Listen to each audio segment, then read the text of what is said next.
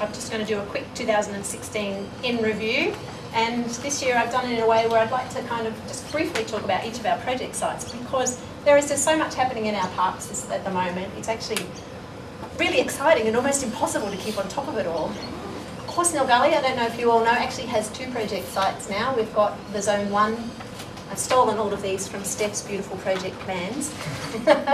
We've got Zone 1, which is our main valley volunteer site, and Zone 2, which is the Rockdale Hill volunteer site. The first one is down near the car park, and the second one is actually a blue gum ephemeral grassy woodlands. So with the bottom site there, I'm going to talk about that first. In 2016, the department put $5,000 into treating all the Watsonia, which we worked out was feeding straight into that project site. And they used a new chemical called Dalapon. Well, it's not new, but the method of using it was new.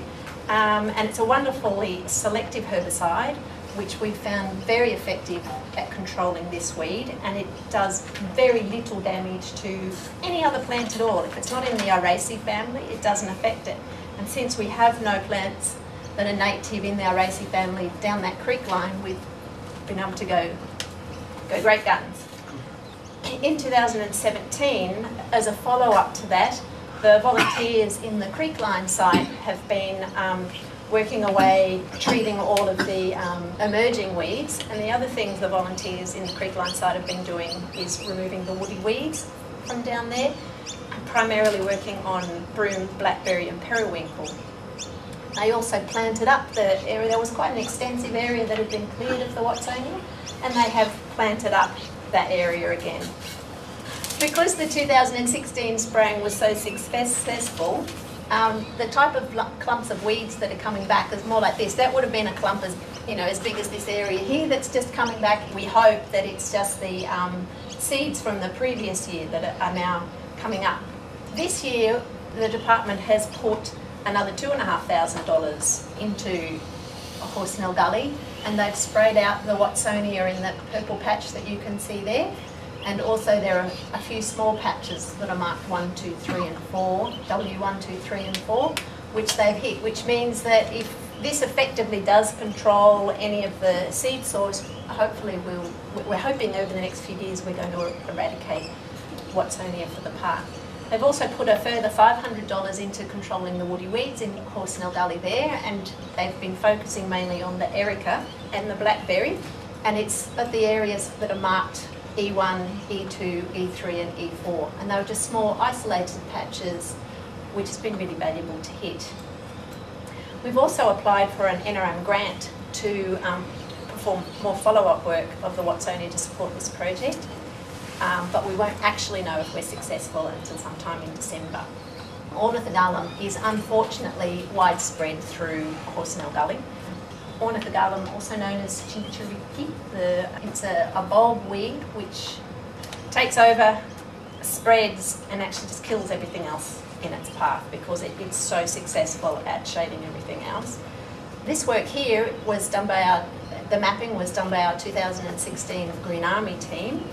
They did a lot of work, first of all mapping all the ornithogalum in the park and then actually hand removing this weed. They did a lot of the hand removing up in the grassy woodland site, which was great. At the same time, the department did a whole bunch of trials to try and determine if there's a more effective way of removing the weed other than the hand pulling. Unfortunately, today, there isn't a better solution. They've come up with chemicals that will kill the ornithogalum, but if it kills the ornithogalum, it kills everything. There's nothing left. So, unless we have a really thick band and we just want to kill everything in the area, there's nothing that works on it. So at the moment, there are small patches.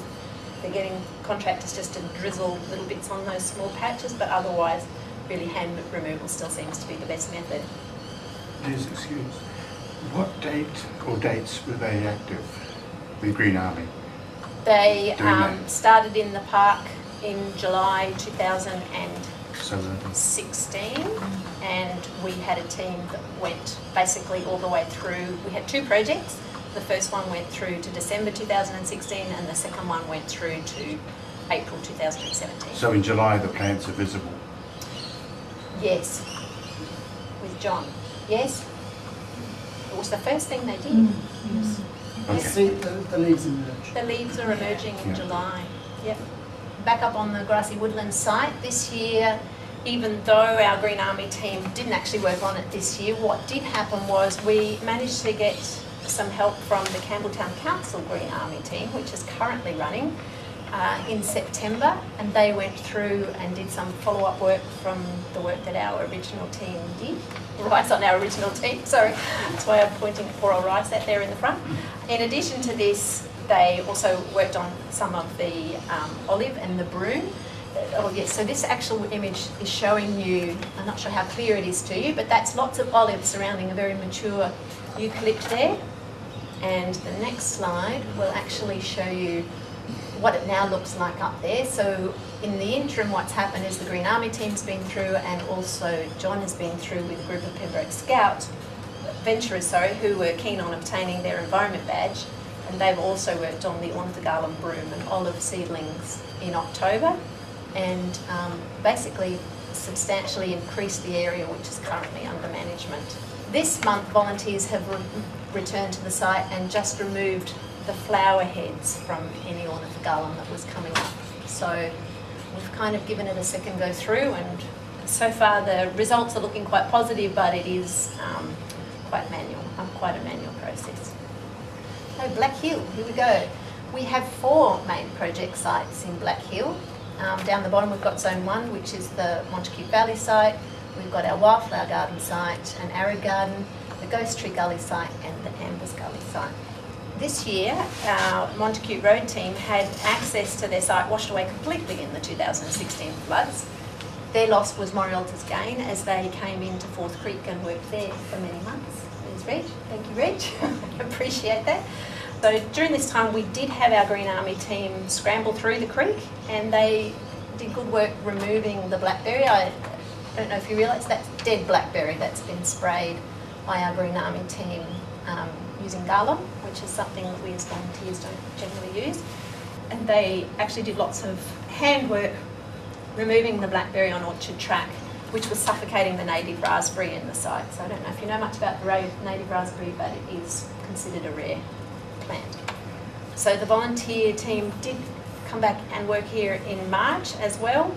Steph has just issued some more work orders, so we've got another $1,500 going into this site to work on the blackberry up there to provide further support for the team and to protect that native raspberry and the good veg that's up there. So here we go, there's the culvert. The culvert at gate 17, you can see why it is the team couldn't get in for so many months. In July, the culvert at gate 17 was replaced and they were able to go back in again to access. They've also been supported at that site this year with contractors going in removing rhamnus. And Steph, rhamnus, and was there blackberry work done in the end, or it was just the rhamnus in the end? Because of access issues. There were access issues with the steepness of the slope. The next site is the Wildflower Garden. I don't know how many of you have never been to the Wildflower Garden like me. I'd not spent a lot of time there until this year when John took me on a wonderful walk through the Arid Garden out the back, and it is just stunning. It's well known for its beautiful orchids, and there's the pictures. John, when would you have taken that one? This year? Oh yeah, it was Yeah. only, this year. August. There you go. So this year the team has been, unfortunately with the rain, beset by a flush of annual veld grass, which they've been working hard on. They've also, over the last few years, done a lot of work removing the perennial veld grass through the area. It's actually, given that it's at the bottom of the catchment and everything else, it is apparent walking through that many of the annual weeds are really under control in there, and it's a beautiful site. And they've also put a concerted effort into controlling the bluebell creeper up there this year. We also welcomed the Uva Adelaide team. They're a Hindu group who was celebrating Siwa, and Siwa is a time of giving for the Hindu people, and they wanted to come and volunteer in the environment. They came and worked on bone seed up along the summit track, and they also worked on some cape weed and cape tulip adjacent to the vehicle tracks around the Wildflower Garden. Quite recently, up along the summit track, the department has put an additional $10,000 of funds into Black Hill generally to support the grassy woodlands, and the area that's going to be worked on first will be that Summit Track area, removing olive, dog rose, bone seed and the bluebell creeper. And at the same time we have our fire crew cleaning up some of the recently burned areas of emerging weeds. Our next site I'm going to talk about is Ghost Tree Gully. Ghost Tree Gully, as most of you probably know, has not had a lot of attention the last few years, but this year it has had lots of work done in it because we've got our new member Des, who has, under the guidance of the rangers, been passionately removing small olives for the past few months with the tree popper. We believe the number removed is now in the thousands, and there's a lovely feeling as you walk up the Ghost Tree Gully track. Unfortunately, just last week we did find this brand new patch of ornithogalum in the site. However, quick action by Friends volunteers and departmental staff has seen all of these flower heads disappear. None of them are there anymore. We went and pulled them out, or pulled them off and removed them from the site. And we'll continue to watch this site too, because we really don't want the ornithogalum spreading through yet another of our valuable parks. We'll keep an eye on it to reduce the spread and hopefully ultimately eliminate. Ambers Gully. Ambers Gully's project site is a lovely grassy woodland site as well. It actually has 3 different areas. It goes from Alocasuarina through to Blue Gum and then the Red Gum site. So it actually has several different grassy woodland communities through it. It's been the centre of much discussion this year because early this year it came to our attention that the large red gums near the bottom of the Ambers Gully, which is actually that left-hand side on your screen, they're stressed. In fact, some of them have actually died already due to the density of the olives surrounding them at the base. This site at the top there is also where significant money has been spent by the department in the past few years, removing the erica at the top of the site. And the Green Army put in quite a lot of effort removing erica up there as well. The top of the site is absolutely stunning with respect to the regeneration of understory plants that are coming back. Choosing between the priority of the high quality bush at the top of the site and the very old red gums at the bottom of the site it gave us a bit of a dilemma. So we've developed a new 2-pronged approach. A further $3,500 has been allocated this week to the work at the top of the site controlling the erica. The Friends have taken a different approach with the bottom of the site. You've probably seen the calls for help raising funds by hosting community barbecues. What we've tried to do is quantify the problem and determine how much it's going to cost to perform the control we need on the olives. So a $1,000 work order has just been issued, which actually has come from Friends funds, our funds, primarily from the money that's been raised doing these barbecues. And really the whole idea for this came because we were approached by a Rotaract member who feels the Adelaide Rotaract team may be able to help with fundraising if we can build a compelling enough case.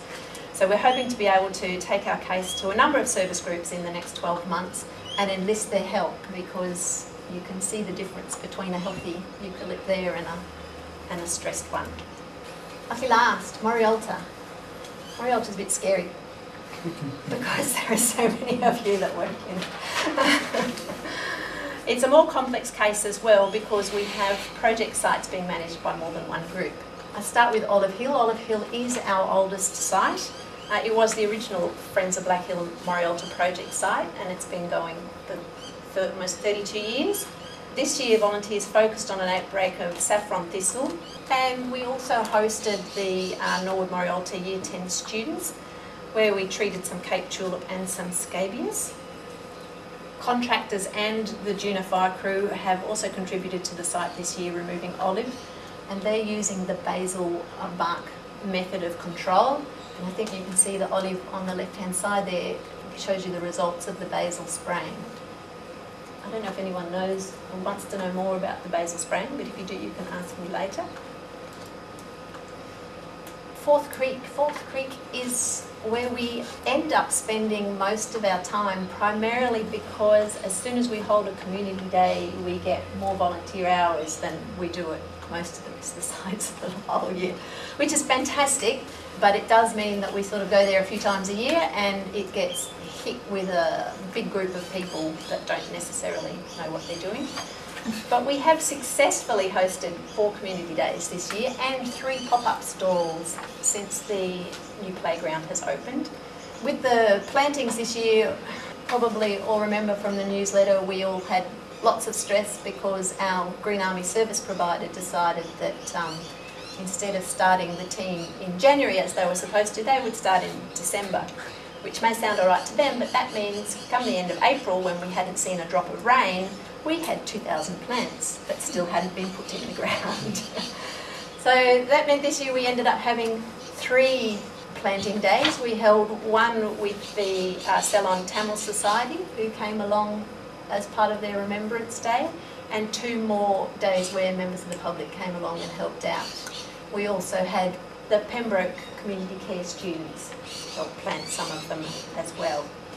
We also hosted our usual Bush Care Major Day Out, where the nasturtiums have now been pushed significantly down the creek, and in fact they're down past Frog Island, which is part of the new play area. So maybe with luck the kids will get in and run all over them and kill them all next year.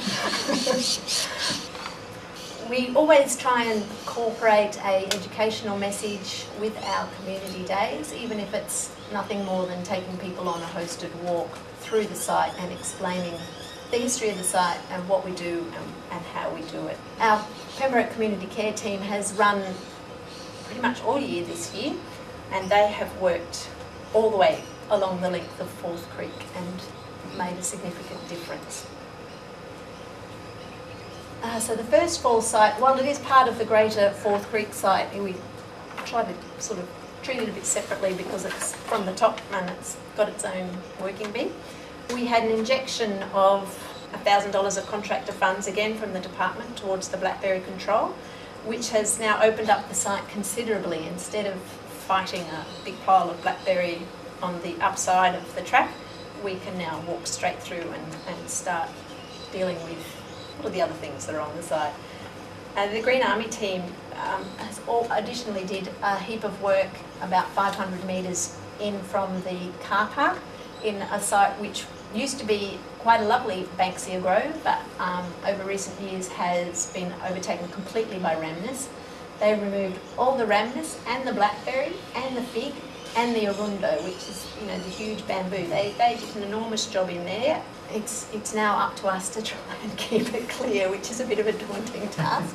Unfortunately, on high fire danger days, they couldn't go further than 500 metres from their vehicles. So it was one of a few options that we had.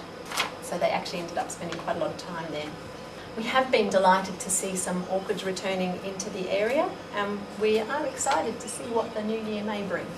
Okay, here's a map of our Crag Care site. Our Crag Care project is a bit different because it is run by climbers for climbers. So we don't have so many regulars as we do at all our other project sites. We often get an influx of people that don't know so well what we're doing, but we always try and match them up with someone who does know what they're doing. It's not a perfect map, but it does show you the work that has been completed up there, and we're pretty excited to report that half of the site above the cliffs we've now completed full sweeps for woody weeds. A successful grant request from last year gave the project $3,000 in contractor funds to allow us to extend that, and we've now done an extensive area on the western side of the site, still above the cliffs as well. But the really exciting news for Crag Care this year is that the bottom of the cliffs are well-known Cunningham skink habitat. Cunningham skinks are regionally vulnerable. We have been very cautious with opening up the habitat too quickly down there because we know the blackberry's been there for over 50 years, because when the climbers first went to the site, they had to bash through the blackberry to get through, and they've been climbing there for 50 odd years. We were recently very fortunate to have the help of local herpetology expert Peter Matichik, who visited the site earlier this month with a PhD student, Adam Toombs. They gave us advice about the removal of blackberry and how it may affect the Cunningham skinks. We were absolutely delighted to learn that we had in fact already improved the habitat for the skinks by opening up the crevices that they like to shelter in. we'd actually given them more options. It also means that the thick blackberry, which you cannot see in these photographs, which is the other side of the track that goes for many metres, can actually be attacked instead of, we were concerned that it was actually a food source for the habitat for the skinks, and that by removing it would be destroying the habitat, but in fact we're now ready to go, great guns. It was this year's Good News Forward story for the Crag Care team. So the Colonial Track sites up the top of the park are actually basically the Fourth Creek Catchment Group's area. And so Ray and Jean are both members of both the Fourth Creek Catchment Group and the Friends of Blackfinger Hill and Morialta, so they've got two hats on tonight. The area starts all the way along Colonial Drive, and then it actually follows Colonial Track down to Third Falls.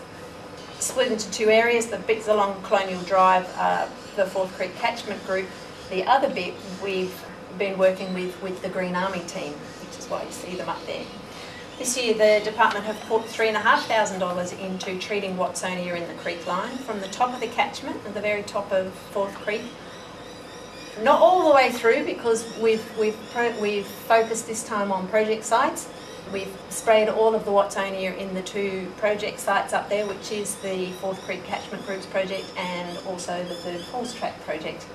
And then last year, the bit in between the Third Falls Track project and the Fourth Creek Catchment Group project was work done by the Green Army. They removed lots of broom, gorse, blackberry, and they really opened up the area. And when you walk on that track now, it's opened up and given it quite a lovely feel, quite a new feel. The Third Falls Track, I didn't have a chance to ask these guys what they've been focusing on this year, but really the big news for the Third Falls Track this year was they won the Habitat and Restoration Award from the Friends of Parks. These guys have been working up there for over 20 years and have done an amazing job, and I'm sure that you all saw that in the newsletter, and we really think that that award was well deserved. We have put in that grant request that I talked about for Horsnell Gully is also to cover the Watsonia in Morialta, so we are hoping to consolidate the gains that we've made this year by coming through and spraying again next year, if our grant is successful. So I have actually pulled this out and just want to talk about some of the Green Army work, primarily because it's significant. It's slightly outside the work that's in any of our project sites, but it is in some of our best chestnut-rumped heath wren and southern brown bandicoot habitat, those two species being our two EPBC listed endangered species in the top of the park. In particular, the habitat to the north of Moores Road was really important because when it was last surveyed in 2003, it was weed free, and yet all of those are weeds.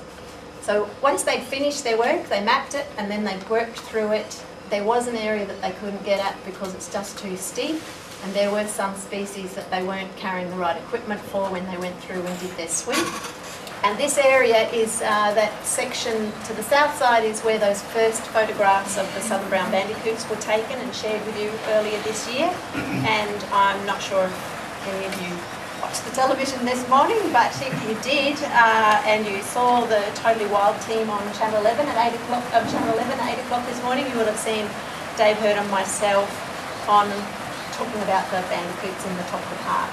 So anyway, if you'd like to watch it, it is actually online and you can catch it on their website, and the article starts about 8.5 minutes into the show, so you don't have to watch it all. You can just zip through the 8.5 minutes and watch the bandicoots.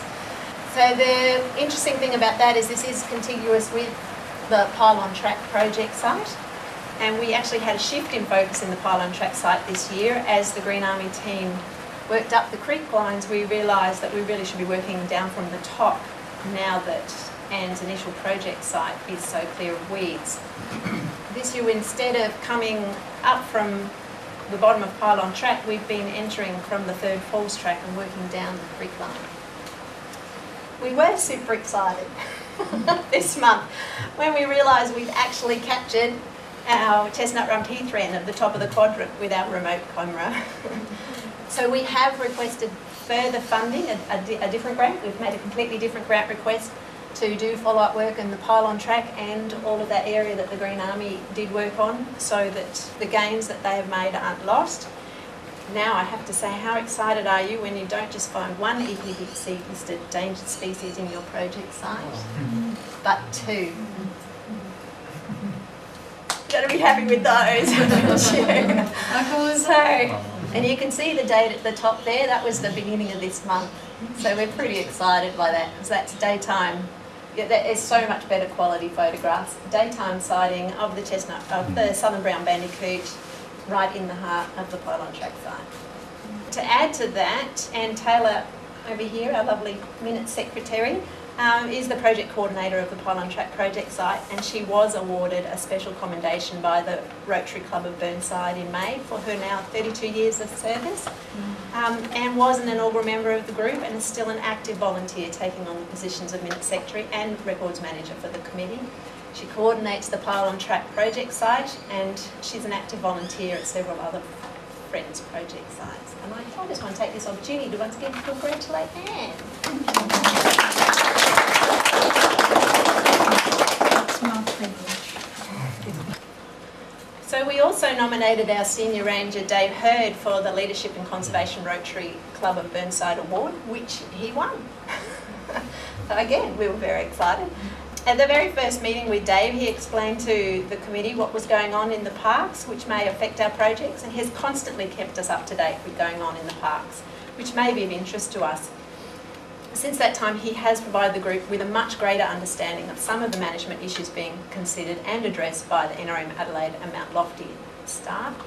Dave has encouraged the group to explore new ways of thinking about projects, how they run, connecting us with experts like Luke over here, and considering the bigger priorities, a whole of landscape approach to our work, and helping us redefine the goals we are working towards with our habitat restoration.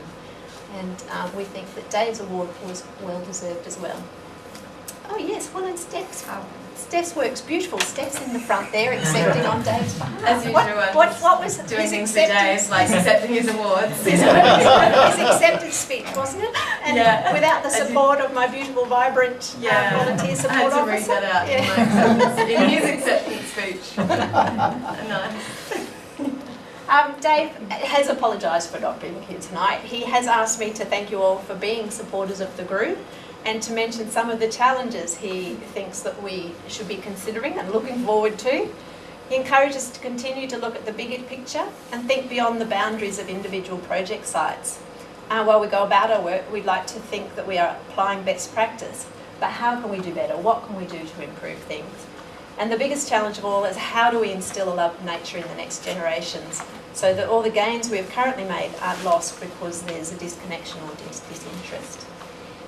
One of our big achievements from the committee this year, because this has been a long time coming, is our new logo. I have invited Bri here tonight. Bri Jorgensen was the gentleman who has designed our logo for us. And you'll know from reading the newsletter why we chose the chestnut rump heath wren, and we are looking forward to hearing from Luke later on about it. But at the moment, I just wanted to talk a little bit about just how much work goes into its design and how dedicated Rye has been in getting it just right for us. Rye was a member of both of our Green Army teams, which were hosted in the park. That he was retained for the second project speaks volumes about his abilities and his dedication in the area, so we really thank you for that. But additionally, Rye is a fully qualified graphic artist, and we were delighted when he offered to help us update our logo. After much designing, playing with colours and waiting for committee meetings so that he could receive feedback, we finally settled on the one design, because there can only be one. We were all really pleased with the design, and we hope you all are too. To show our appreciation, the committee have invited Rye and his girlfriend Penny here this evening to come along tonight, as we'd like to present Rye with a small token of our appreciation. And we have, so this is one of our members has made this, and we have, the committee has purchased it. It's made from some South Australian red gum. So you've got, it's not a little piece of the parks, but it is a little piece of South Australia. And we really appreciate that you've provided your expert time and advice freely while we've redesigned it.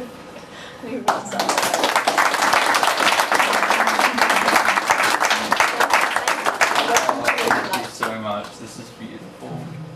Wow. There you go. All right. Yeah, it was a lot of fun designing the logo. Yeah, it was an opportunity as well for to actually use some the skills I've been hoping to apply. Yeah, and it was wonderful being a part of the Green Army projects and actually making a difference, especially on Colonial Track. I think it's huge looking pretty difference up different. there. Yeah. Totally different. Yeah. Yeah, it's an amazing part of the park. So thank you. Thank you, right? Yeah, I'll give you the.